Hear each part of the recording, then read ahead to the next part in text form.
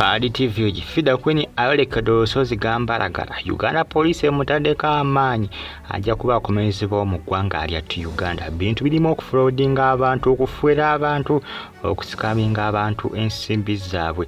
Era nga Fida Queen abasinga ku social media essaawa zino bamuyita Fifi da Fifu.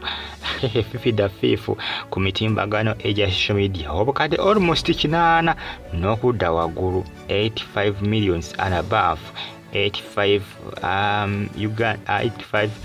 millions Ugandan shillings and above bukadde 85 n'okudda waggulu bwe yafiira ku bannayuganda ng'abalimbi okubafunira emirimu mu ggwanga erya Canada. Ono yaddukira Canada era nga ssaawa zino gyali.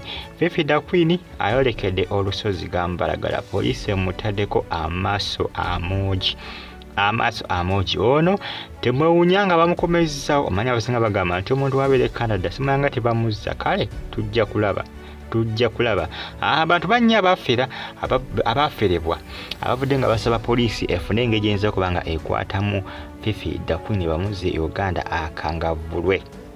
akangavvulwe poziko nga anaabuka n'agenda mu bbanga nga gyasiiba gyasula mu bwengula.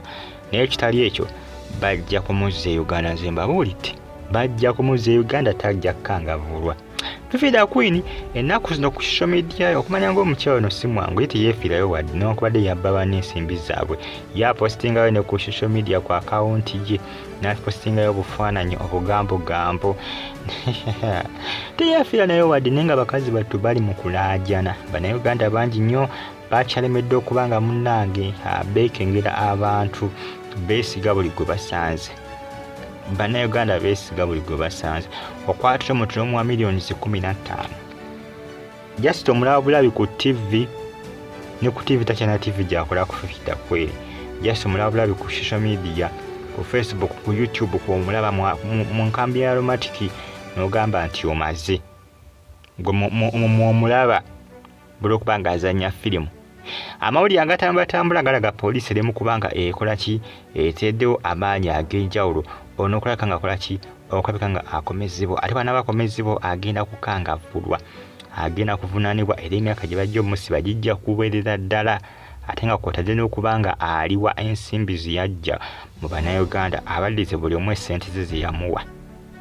Kubanga poliisi eyagala ono bwaba akomezeddwa e Uganda buli eyamuwa ssente ayogere omuwendo gwa ssente gwe yamuwa akole ki azisasule. Kubanga bagamba nti obukadde buli mu 8 basukka gamba nti buli 5 ne kati kiraga ndowooza bambi waliwo abaali bamuwa empeterevu ennyingi ennyo bukadde 10, bukadde 15, bukadde 9, bukadde 7 zitambulira awo bukadde 3 bazimwezanga ku bank account ya Equity Bank mwe baziisanga bamutana bana bitengero wa Fiona nabitengero Fiona nduza ge manyage Fifi da Queen abasinga go bayita Fifi da Fifu akadde kano binagwerawa anenga poliisi egamba nti ate mufa tujja kumufuna oyo Fifi da Queen yalowooza ndowooza e Canada ali wala nnyo ne poliisi egamba nti tujja kumufuna.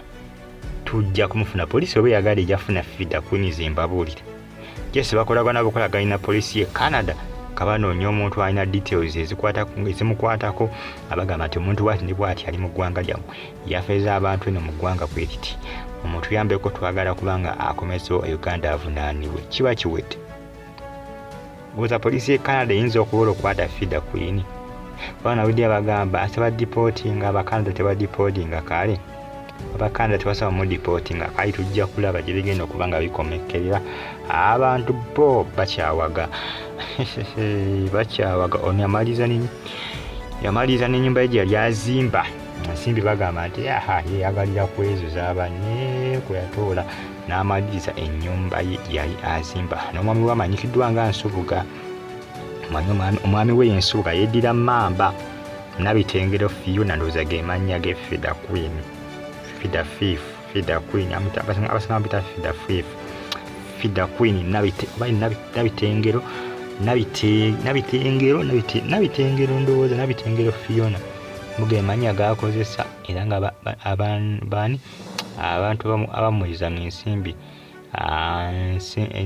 gundi kugambe namba yitanga manyago aga Fiona Nabiteegero byemulange bitambula kadde kano ku social media mwongera okubanga mugi followinga ate n'okubanga mugyekomerako kubanga mbane updates ezina value wano mbana amawulire agaba gatambula okwetoola eggwanga lyatu Uganda gwe just ekikakatako kiri kimu kyokka ku followinga osubscribing onyige kada mawulire ojja kuba ogafuna each and every single day mwongera okubanga mugyekomerako n'okubanga mugifollowinga binaakomekerawa kubanga poliisi terirwedde kubanga ezikiza poliisi tenabekera kubeera redde kubanga ezikiza mu nkola yaayo poliisi erabikira okubanga ekyakola ki ekyagenda maaso okubanga eteekawo embeera okaleka ngo naakwatibwa Fida Queen poliisi erwana nnyo erwanira ddala okulabeka ng'akwatibwa tenapowa onaawulira ebigenda okubanga bikomekerera bino kubanga si byakuggwa kati nze mbabuulira si byakuggwa kati bino asinga balabanga ebigenda okugwa bino Fida Queen agenda kubba abantu adduke bwati agende e Canada ndabanga ebitagenda kuggwa kati nze tujja kuba tumanya kubanga poliisi egamba nti ejja mukangavula ajja kukangavulwa kubanga baagala akole ki baagala abeere example kubanga bangi abazinga bafera abantu nga tebakwatwako ne katono bw'anaaba akwatiddwa agenda kubeera nga example mwabo abafera abantu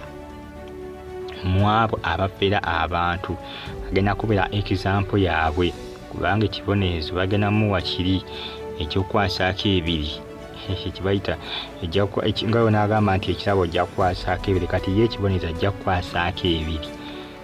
kukwasaako ebiri poliisi bwete bwekola ki bwete bwegamba nti ejja kuba mukuwaata akadde kano tulinze tulabe bitujje binnaaba nga bikomekera naye nga bambi abantu bali mu maziga bali mu nnaku bambi bankuba kyeyo naye mulekerawo kwesiga abantu ne ssente zammwe muntu omwota milioni 15 okubanga bwe olabye simanyanga azanya movies simanyanga omulaba ku Facebook simanyanga omulaba ku YouTube simanyanga azanya ebina Uganda